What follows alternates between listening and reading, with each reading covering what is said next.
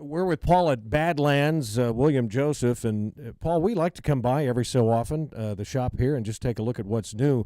Badlands has really, as far as packs goes, and for the hunter, has really made a name for itself with being one of the most durable and long-lasting packs out there. It really has. I mean, can't beat our warranty, durability, comfort. We design our packs a little different than most guys. We design the pack around the suspension. So comfort, durability, and then the pack is, I guess, thirdly. So it seems to work real well. And Russ, we've got buddies that have actually beat the heck out of their packs and brought them back years later, and I said they'll never replace that, and they come back out with a new pack. Yeah, they do. And I think the important word that Paul left off is innovation. Right. I mean, you come here, this is the leader right here.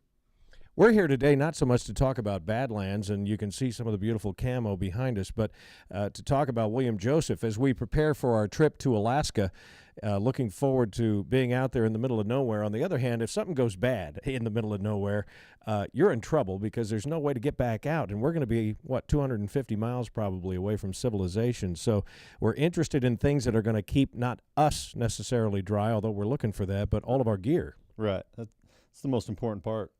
You told us a story the last time we were here. You were on a float trip somewhere, and your bag went overboard and floated a ways downriver. I thought it'd be real fun to sink a boat, and it wasn't.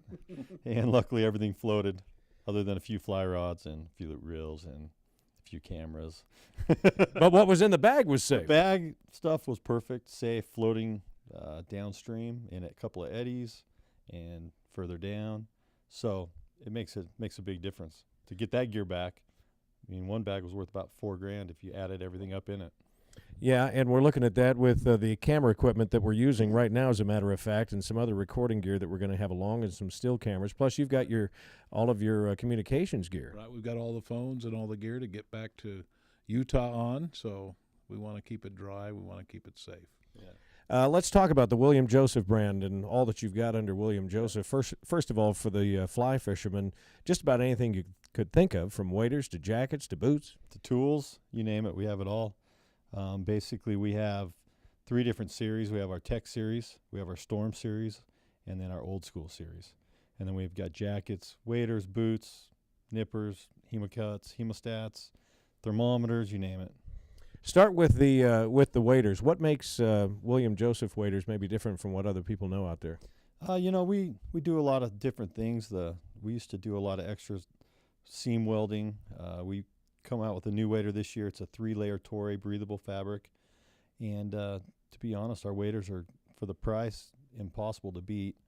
And we feel like let's give a great product out there for a great price. Weren't you guys screwing around with some self-inflatable thing? We are. We still have it, our WST wader. And let me just tell you, if you ever fall in and you have that on, you'd have to pretty much be upside down to drown, because you float, and it's easier to swim in that than it is in a pair of shorts. Russ, I don't know if you've seen the video on it, but I've seen it online. It actually looks like it'd be fun to try a couple of times. It is pretty fun. Pull the ripcord and take a little ride. Yeah, it'll pull you right out of the bottom of a pool. I mean, you cannot stay under. So you think those would work in place of a float tube? You get a little wet. Only Russ would try that, by the way. About here, you'd just be casting like this. All right, so we go there, but what we learned the last time we were into the shop, Russ, was about all of the great packs for your flies and for your gear, and, whether you like it around your waist, whether you like it on your chest or on your back, they've got it all. Yeah, they do. It's really been fun working with that because, just to have everything so accessible and so quiet. Right. When you go in and out of the bag, no Velcro noise, no zippers to foul you up. It's just right there with those magnetic closures. Yeah, what we've tried to do is we came out with a new Zip-No technology, got rid of zippers on most pockets.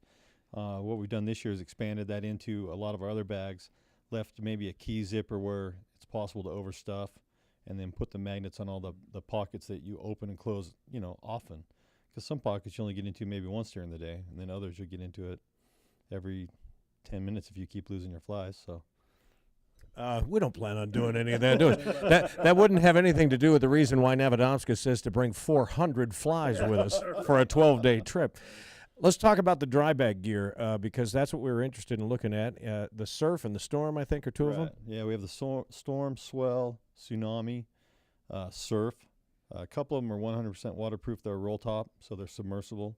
A couple of the other ones are, we call them storm-proof, rain-proof. They'll take just about anything. If you hold them underwater very long, at a long period of time, the zipper will weep water in. But so sitting in a boat in a rainstorm, you're not going to have any issues like that. But using it as we're hoping to use it as a deck bag is perfect. Yeah, it works phenomenal for that. Like I said, submersible is about the only time we have any issues, just because of the water pressure. You'll get a little seep in where the zipper pull is. We could do it fully waterproof, but the price would go up to about $100 extra just for the zipper. What are we talking about price-wise on these guys? The Tsunami is our gear bag, $100 retail. The Surf is $100. The Swell is $89. Our Storm dry bag is $49 retail.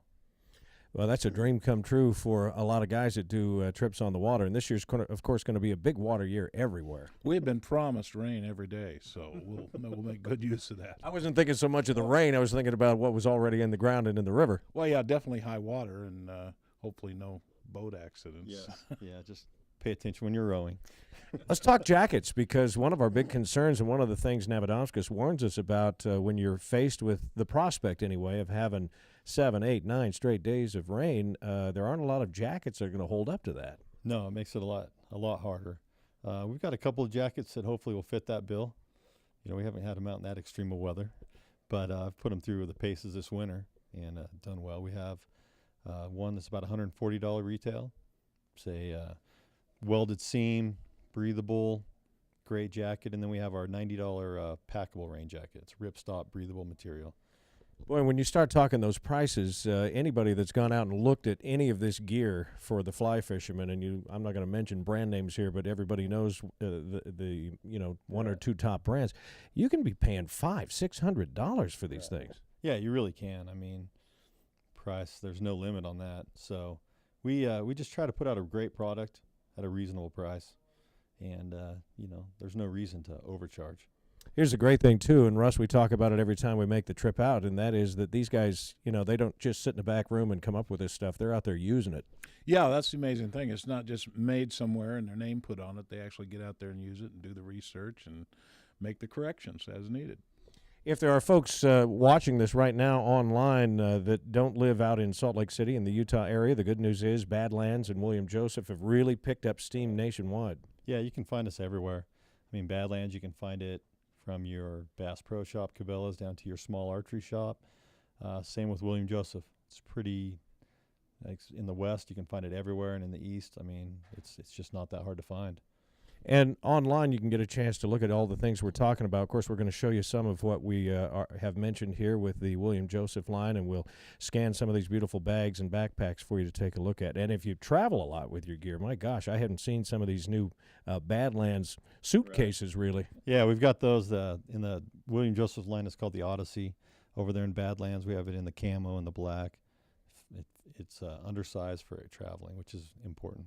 Yeah, especially these days when they want to charge you $50 a bag. Yeah, you just have to be conscious of the weight. Yeah. Always check your heavy bag first so you can pull stuff out. All right, what about a website where people can get a good look at all the gear? Badlandspacks.com and williamjoseph.net, and Badlands Packs has an S on the end.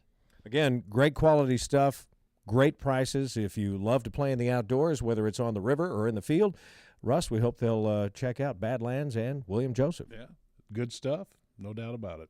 Yeah, unconditional warranty. Doesn't matter if you bought it used, bought it new, don't need a receipt, just has to have our name on it. And we will obviously replace it if it is our issue, or fix it. And then if your dog chews on it and we can fix it, we will fix it for free as long as we can repair it. So Russ can use that warranty with the dogs at home. I'm just going to start writing William Joseph on everything I own.